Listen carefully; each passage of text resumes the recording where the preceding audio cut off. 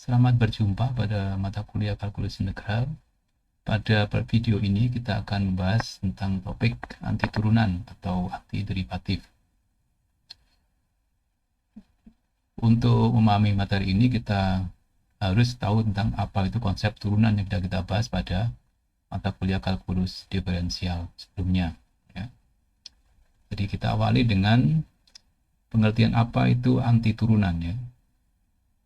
Jadi definisinya adalah sebagai berikut. Jadi kalau ada fungsi f besar ya yang merupakan anti turunan atau anti derivatif dari suatu fungsi f kecil ya. Jadi selama ini kalau kita punya suatu fungsi ya diturunkan kan, ada rumusnya sudah ada pahami di kalkulus diferensial ya. Jadi situ tinggal akan rumus turunan ya yang simbolnya adalah f aksen ya. Jadi nah ini dibalik sekarang ya. Jadi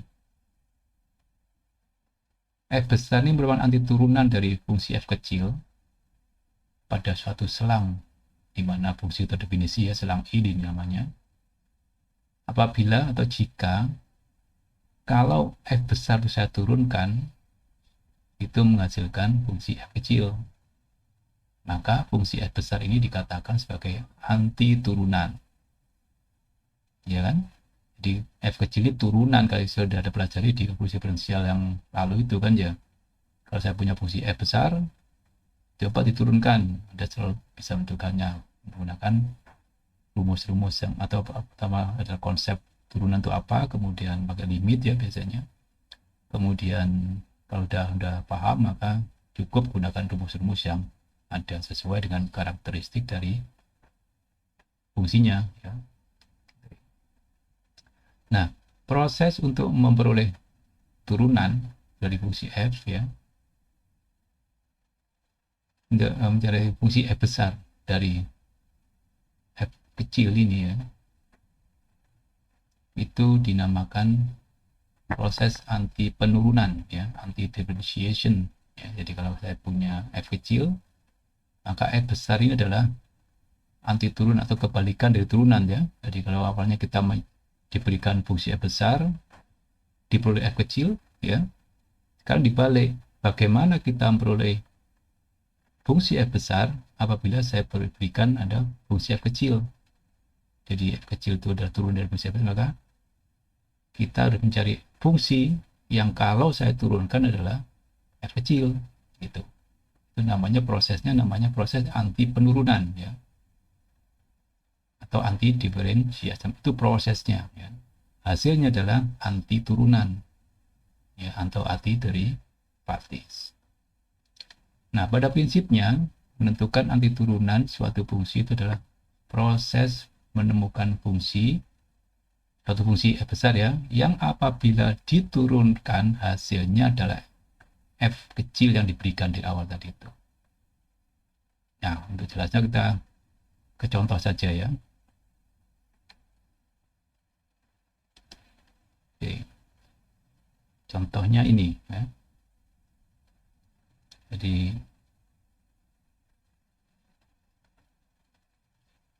ini f kecilnya ya.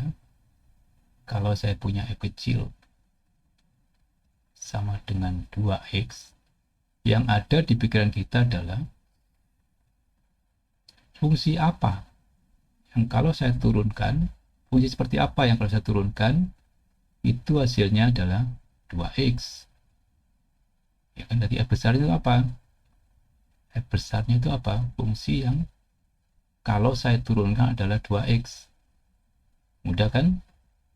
Ya, bisa 4. Oh, sorry. Bisa.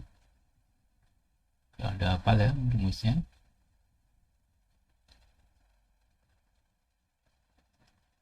Ini adalah x kuadrat. Karena saya tahu bahwa karena apa? Karena f aksen x, atau ingat disebutnya ya df per dx, itu hasilnya adalah 2x. Nah, inilah yang diberikan di awal tadi. gitu ya. Jadi inilah dikatakan F besar sama dengan X kuadrat adalah apa? Anti turunan ya. Turunan dari Fx kecil ya sama dengan 2. Pertanyaannya adalah apakah F-nya tuh hanya ini saja? Ya. Gimana jawabannya? Oke. Kalau saya berikan misalnya nama lain ya. G X sama dengan X kuadrat plus 5. Coba Anda pikirkan, apakah turunan dari G aksen X? Turunan dari EG atau G aksen X itu apa? Ya, sama kan? 2X juga. Karena konstanta diturunkan kan 0. Jadi mana dong anti turunannya? Ya. Jadi anti turunannya itu tidak tunggal, ternyata bisa Fx sama dengan X kuadrat saja atau Fx sama dengan X kuadrat plus 5. Ya. Ada punya ide yang lain? Ya, masih banyak lagi yang kita bahas nanti di pertemuan luring ya. Nah, silakan Anda coba juga untuk fungsi ini. Nah, yang lainnya ya. Jadi contohnya misalnya lebih aja ya, saya jelaskan lagi.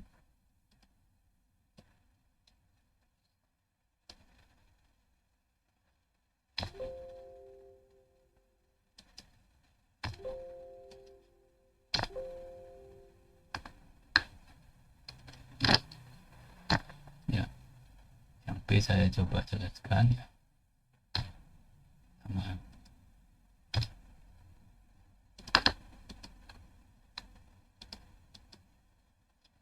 Ya, kita coba sekarang, kalau sekarang Fx-nya adalah Fx-nya sekarang adalah cos X. Nah, ini tak banyak ini. Mudah ini ya. Sekarang perhatikan lagi, apa anti turun dari F kecil X ini? Artinya, fungsi apa yang kalau saya turunkan adalah cos X? Ya, benar kan? Sinus X gitu ya. Kira-kira apa lagi? Saya kasih nama lainnya ya, dari yang lainnya ya. Tapi juga ini tidak harus, simbolnya tidak harus F besar sini aja ya, bisa aja G besarnya fungsi lain yang kalau saya turunkan dari cos X, bisa aja juga sin X ya plus Pi misalnya. Ingat Pi itu konstanta ya. Ya, atau apalagi misalnya Hx, apalagi ya sin X plus 100 gitu misalnya. Nah, gitu. Ininya konstanta ya. Nah, ini contoh-contohnya. Silakan sekarang untuk yang ini ya, coba sendiri. Tinggal sekarang sebelum itu harus Anda tahu bahwa ini dapat diubah menjadi apa ini? X pangkat min setengah. Nah, Anda tahu rumusnya toh? Ini efek kecilnya, fungsinya, fungsi apa yang kalau saya turunkan adalah ini. Kita coba di pertemuan luring di pertemuan berikutnya ya. Contoh berikutnya ini ya, tidak seperti yang sebelumnya langsung kita dapatkan turunannya ya. Di sini tapi beritanya agak beda, yaitu Anda diminta untuk mengecek ya, apakah benar bahwa sin kuadrat X plus 5 itu merupakan anti turunan dari 2 sin X cos X. Nah, Anda harus hafal tentang konsep turunan ya. Di sini yang perlu diperhatikan adalah mana F besarnya, mana S kecilnya. Jadi yang anti turunan berarti F besarnya ini ya. F besarnya adalah sama dengan sin kuadrat X plus 5. F kecilnya, ya ini yang mau tunjukkan saja, bukan mencari ya, ini ya, udah ketemu soalnya. 2 sin X cos X. Apakah benar kalau F besar ini saya turunkan, F hasilnya adalah F kecil X ini, yaitu 2 sin X cos X.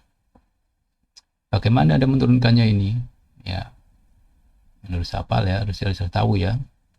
Kalau menurunkan fungsi ini, pakai apa? Ya, pakai aturan rantai. Nah, kalau aturan rantai itu apa? Ya, perlu pemisalan dulu. Jadi misalnya, saya misalkan U dari F besar ya, U sama dengan V kuadrat plus 5 gitu ya. Sedangkan V-nya sama dengan sin X gitu kan. Oke. Sehingga fungsi F besar X itu dapat saya tulis sebagai F besar X itu adalah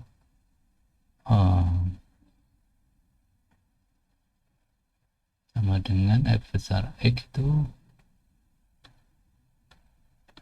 sama dengan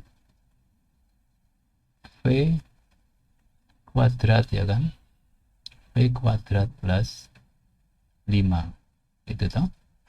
Nah, menurunkannya menurunkannya jadi kita pandang sebagai Fx itu sama dengan Fv ya kan. Kenapa? Karena V adalah sin X ini sama dengan V kuadrat plus 5. Oke. Sehingga F aksen V sama dengan df per dv ya kan, kali dv per dx. Nah, karena v fungsi x ini ya, ini u fungsi v, v fungsi x, sehingga kita tinggal evaluasi df terhadap v bukan u ini ya, ini terhadap v, maka hasilnya adalah 2v ya kan, dikali tambah 0 ini ya, 5 kan 0 ya, dikali ya dv dx yaitu cos x. Tinggal mengganti v nya dengan sin x, berarti kan tinggal 2 sin x kali 0 dapat saya tulis ya, dikalikan dengan cos x, berarti cos x. Nah, ini enggak lain adalah yang diketahui tadi f x, bahwa ini diturunkan adalah itu f kecil x itu. Ini cara menunjukkannya ya. Jadi misalkan ini kebetulan masalahnya adalah masalah menggunakan konsep turunan pakai aturan rantai. Nah, Anda harus paham lagi aturan-aturan turunan yang lainnya ya, mungkin turunan fungsi rasional ya, turunan fungsi akar dan seterusnya. Terus hafal ya. Gitu. Nah, kemudian tadi bahwa F besar ini bukan satu-satunya anti turunan dari F kecil x ini. Bisa saja F besarnya adalah jangan F lagi ya, kasih nama lain saja, misalnya G tadi ya, G X, kira-kira apa? Oke, bisa saja sin kuadrat X plus 25 hitungnya. Jadi bedanya hanya konstanta saja. Jadi banyak sekali, tidak lebih dari satu anti turunan dari suatu fungsi. Ya, asalkan fungsi itu kontinu tentu saja dan diferensiabel. Oke. Nah, ini tadi itu yang kita coba ilustrasikan tadi, ini teorema ini sebenarnya ya. Balik ke konsep antiturunan definisi tadi ya. Berarti apa dong antiturunan dari suatu fungsi f kecil itu? Ini ya. Jadi kalau saya berikan antiturunan dari fungsi f kecil, f besar namanya ya. Ini antiturunan fungsi f kecil pada suatu selang di mana fungsi itu terdiferensialkan ya. Maka bentuk umum dari antiturunan dari f atau yang f besar itu adalah fx plus c, di mana c itu konstanta sebarang. Masih ingat ya? Nanti kita tahu namanya ini apa. Kira-kira bagaimana ya grafiknya? Grafiknya itu hanya berbeda pada konstantanya. Contohnya yang lebih mudah aja ya. Tadi kita punya fungsi fx sama dengan 2x gitu ya. Antiturunannya adalah x kuadrat plus berapa tadi? Oh, banyak toh, maka sekarang kita pakai c ini, plus c. Nah, jadi kalau ditanya bagaimana grafik fungsi, ya, kan antiturunan juga fungsi toh. Tapi berapa fungsinya? Nah, fungsinya banyak sekali. Kalau saya gambarkan, kalau c-nya saya ambil 0 ya.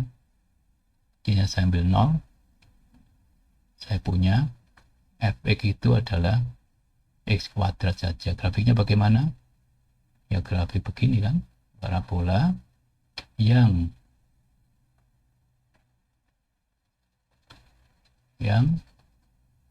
memotong di titik 0,0. Gini kan? Nah, gitu kan? Inilah grafik fungsi itu. Nah, bagaimana yang lainnya? Nah, kita tinggal satu, bagaimana? fx-nya adalah x kuadrat plus 1. Bagaimana fungsi x kuadrat plus 1 ini?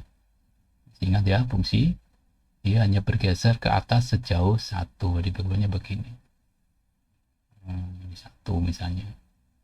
1 ya kan. Kalau c kuadrat sama dengan min 1, ya berarti fungsinya adalah x kuadrat min 1. Gimana grafiknya? Ya turun 1, satuan ke bawah. Ini ya, min 1. Dan seterusnya. Jadi grafiknya adalah sekumpulan parabola ini untuk fungsi ini tadi. Ya, yang membedakan adalah konstantanya itu. Ini kalau diminta grafiknya. Tapi secara umum fx plus c. Oke. Nah, ini kita silakan coba ya latihannya, silakan diisi, dituliskan, dikerjakan di LMS ya, sudah saya siapkan di sana. Nah, ini beberapa rumus antiturunan ya. Lihatnya tidak ini kecil ya. Jadi ini x pangkat n, rumusnya apa? Sin kx ya, cos kx, secant kx dan seterusnya ya. Juga sifat-sifat perkalian dengan konstanta, sifat negatif ya, dan seterusnya. Ini sifat-sifat dari antiturunan. Secara ini fungsi-fungsi yang sederhana ya, nanti fungsi-fungsi yang lebih kompleks nanti kita gunakan konsep turunan yang sudah kita pelajari di topik di mata kuliah kalkulus diferensial. Nah, tadi ketika kita menentukan antiturunan ya, itu terkait dengan konstanta sebarang yang diperoleh tadi. Yang sudah saya tunjukkan tadi, saya jelaskan tadi. Oh, ternyata grafiknya itu banyak sekali ya. Jadi tidak bisa kita tetapkan satu saja, tapi bisa banyak sekali dan tak hingga banyaknya. Nah, ada konsep dalam matematika yang menerapkan anti turunan ini pada masalah nilai awal ya. Dan persamaan diferensial ini hanya pengenalan saja ya sebenarnya. Nanti ada mata kuliah tentang persamaan diferensial dan masalah nilai awal ini di semester 3 ya. Nah, di sini yang kita hadapi adalah suatu persamaan seperti ini. Ya, persamaan seperti ini. dy dx sama dengan fx. Atau y aksen sama dengan fx ini kan ya. Ini namanya persamaan diferensial. Kenapa dikatakan persamaan diferensial? Karena persamaan ini memuat fungsi yang tidak diketahui, yaitu y atau y aksen ini, ya y ini ya.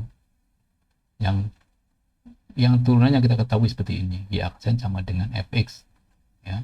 Jadi kita di sini mencari y-nya bagaimana.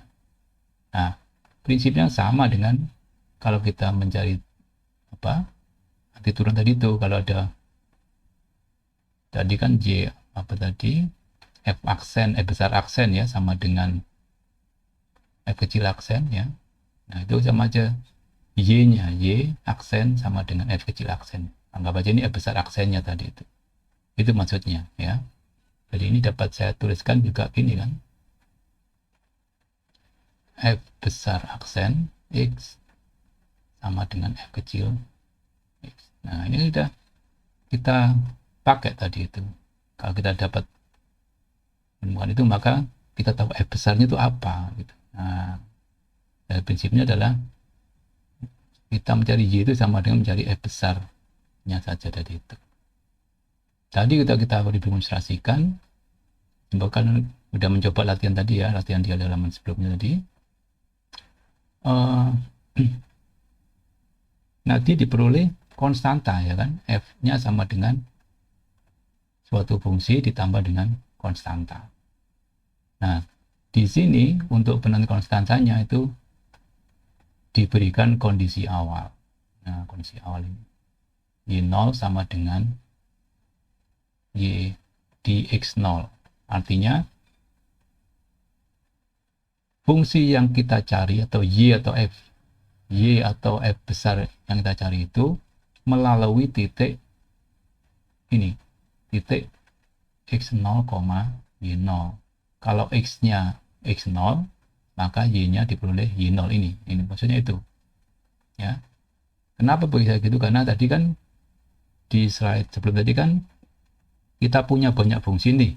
Nah, ini kan banyak sekali fungsinya nih. Nah, kita mau mencari salah satu dari ini, yaitu diberikan tadi itu. Oh, saya ingin fungsi salah satu itu yang melalui berapa? Tadi di sini misalnya x0, y0. Nah, itu kondisi awalnya berarti y y x0 sama dengan y0 kan gitu ya, atau fx0 sama dengan fx0 sama dengan y0. Itu tadi kan maksudnya. Jadi di sini adalah menentukan fungsi yang melalui titik x0, y0. Itulah kondisi awalnya. Gabungan dari keduanya, persamaan ini ya, persamaan bintang ini dan kondisi awal itu dinamakan masalah nilai awal. Ya, jadi contohnya seperti berikut ya. Tentukan penyelesaian dari masalah nilai awal berikut. Oke. Jadi ini sama aja dengan saya katakan tadi, f besar x ya, f aksen besar x ya sama dengan 2x min 7 ya, sama aja ya, atau y, ingat y sama dengan f gitu ya, sama aja toh, yx sama dengan fx, yx sama dengan fx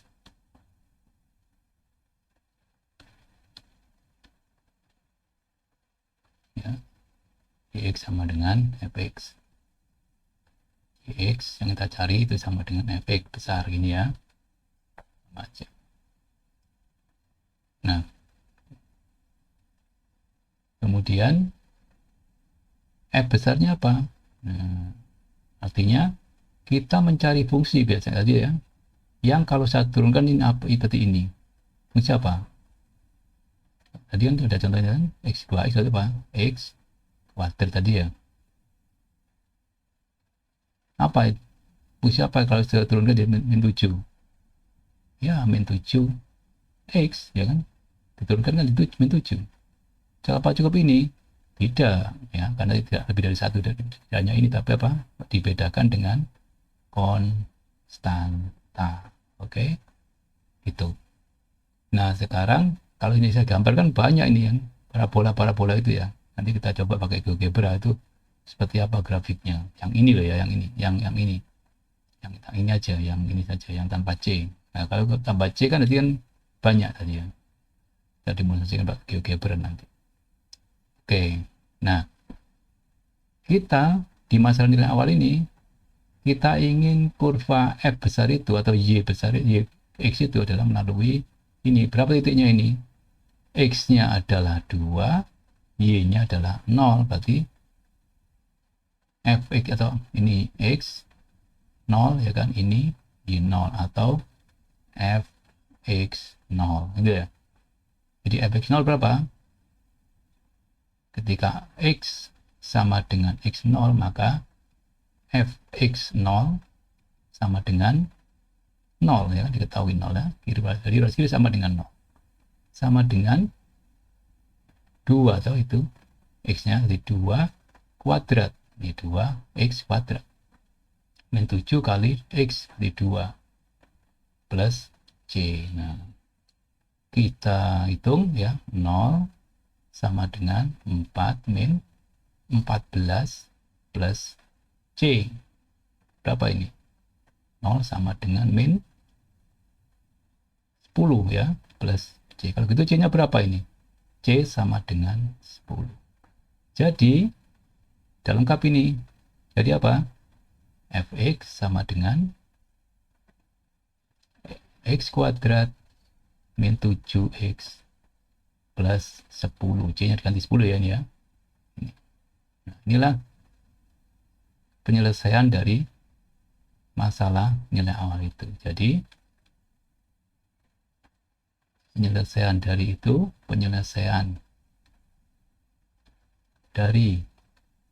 masalah nilai awal sebut adalah ini, Y atau Fx ya, Y sama dengan X kuadrat min 7X plus 10. Ini berarti parabola ya, yang menghadap ke atas. Oke. Ini contoh penerapannya. Contoh penerapannya ini diterapkan di bidang fisika ya. Apa ya, belajar fisika juga ya.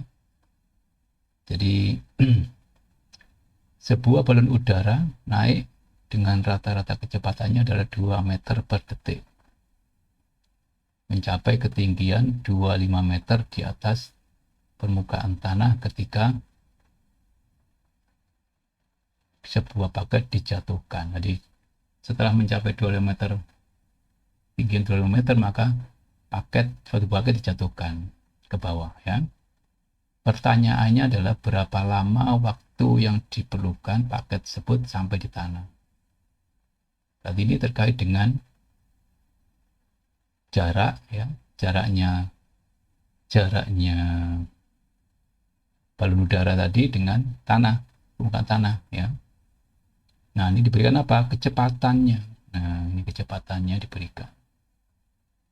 Kecepatan ya, itu. Tapi benda yang jatuh tadi itu jatuh secara bebas. Benda jatuh itu dipengaruhi apa? Ini, tidak ada gaya lain yang mempengaruhi paket jatuh kecuali apa? Kecuali gaya gravitasi. Nah, gaya gravitasi itu berapa?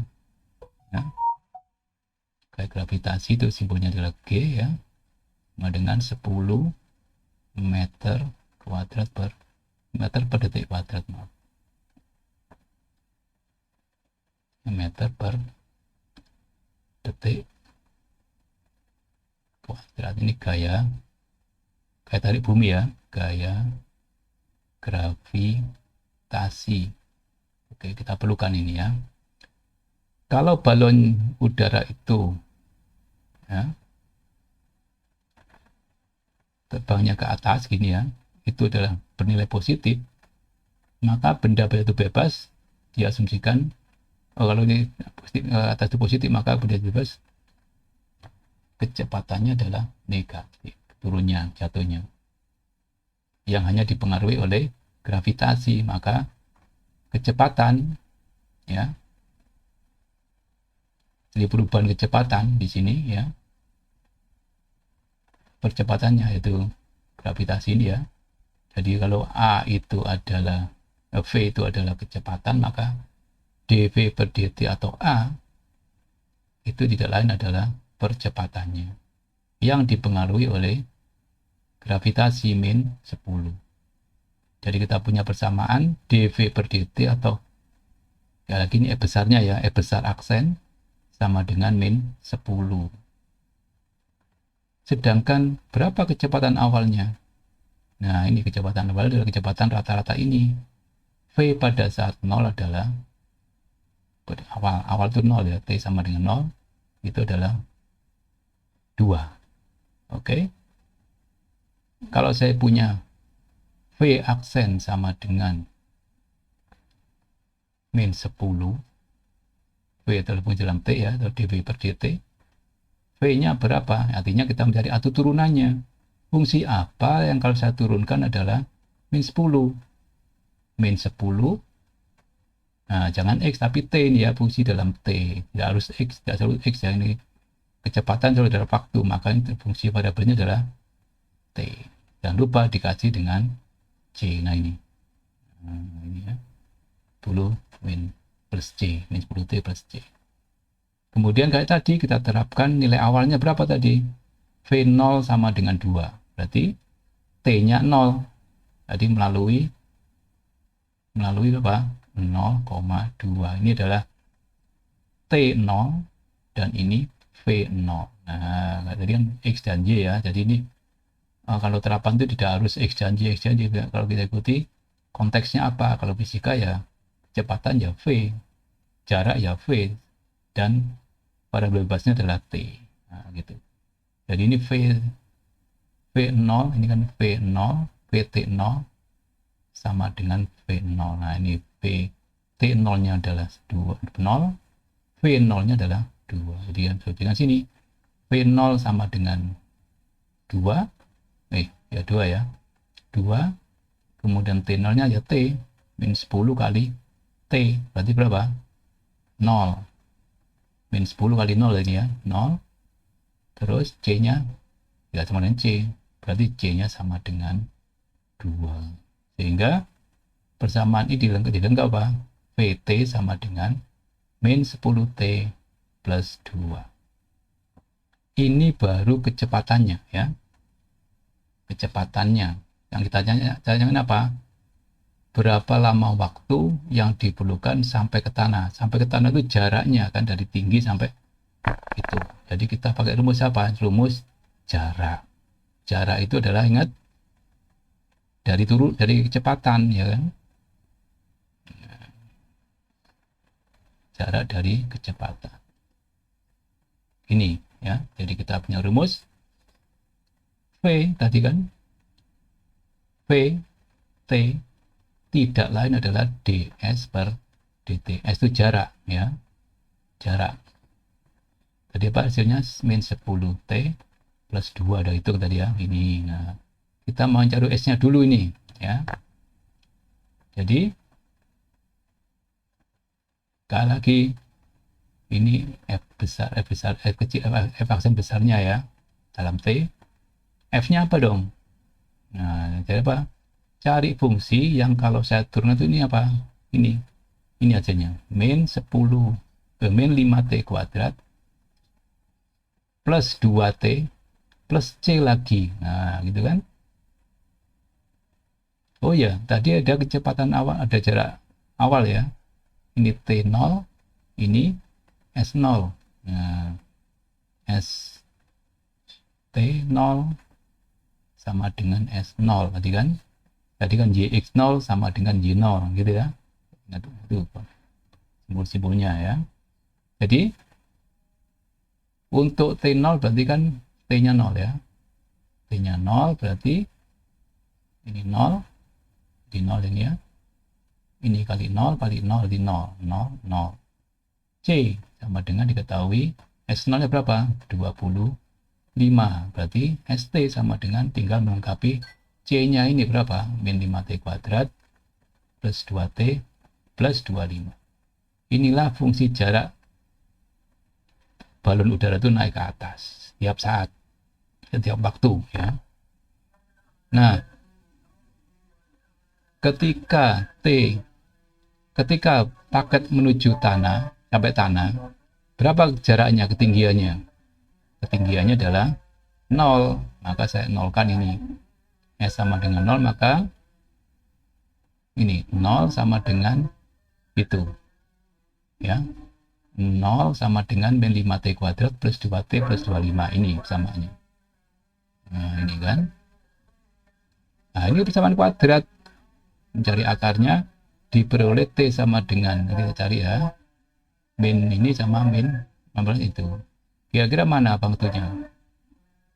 Ya waktunya adalah yang positif dong, nggak mungkin waktu itu negatif. Jadi untuk menjawab pertanyaannya, paket itu menyentuh tanah setelah 22,625 detik. Itu jawab pertanyaannya ya. Itulah contohnya, penerapannya dari anti turunan ya. Jadi ini secara umum bahwa yang kita lakukan tadi adalah satu proses pengintegralan. Oke. Jadi kalau tadi itu anti turunannya itu tidak jauh adalah integral tak tentu dari suatu fungsi. Nggak tahu di SMA dulu ya, integral itu apa? Nah itu integral tentu ya. Ada notasinya adalah ini, tanda ini yang terkenal ini kan, itu fx dx. Hasilnya tadi itu fx plus c. Nah kalau kita terapkan nilai awal, ya c-nya ketemu tadi itu ya. Ini tanda integral dan f adalah integralnya dan x-nya adalah variabel pengintegralnya fx dx. Nah, udah ya, jadi itu semua lengkap. Sekarang tinggal Anda lakukan latihan di buku kalkulasi kalkulus, atau sudah beberapa saya pilihkan di LMS. Untuk lebih banyak lagi bisa berlatih sendiri di bukunya Thomas itu ya. Demikian yang dapat saya sampaikan terkait dengan modul video tentang integral tentu ini. Selamat mempelajarinya ya. Kita selalu bisa berdiskusi di LMS maupun di pertemuan luring untuk mempertegas, memastikan pemahaman. Demikian dari saya terkait dengan video tentang integral tentu. Sampai jumpa lagi.